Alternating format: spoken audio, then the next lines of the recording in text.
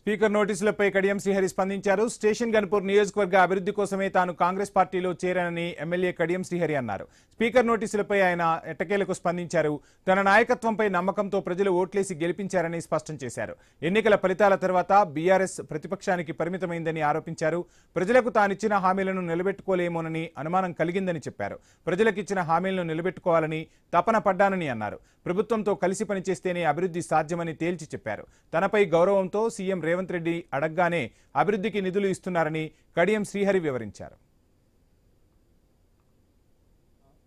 పెద్దలు ఆనాడున్న 10 సంవత్సరాల అధికారంలో ఉన్న కాలంలో నాకు తెలిసి సబ్జెక్ట్ కరెక్షన్ ఒకటి అటు ఇటుగా 36 మంది ఎమ్మెల్యేలను పార్టీలో చేర్చుకున్నారు. 36 మంది, ఒకటి కాదు రెండు కాదు. 10 సంవత్సరాల కాలంలో 2 టర్మ్స్లలో కాంగ్రెస్ పార్టీ వాళ్ళను చేర్చుకున్నారు, వైఎస్ఆర్సీపీని చేర్చుకున్నారు, తెలుగుదేశం చేర్చుకున్నారు.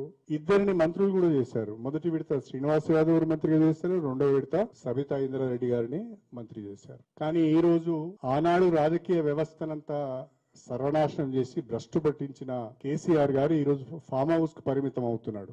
నేను అడుగుతున్న కేసీఆర్ గారు, ఆనాడు మీరు పార్టీ ఫిరాయింపులను ప్రోత్సహించి చేర్చుకున్న వాళ్ళందరితో ఎందుకు రాజీనామా చేయించలేదు?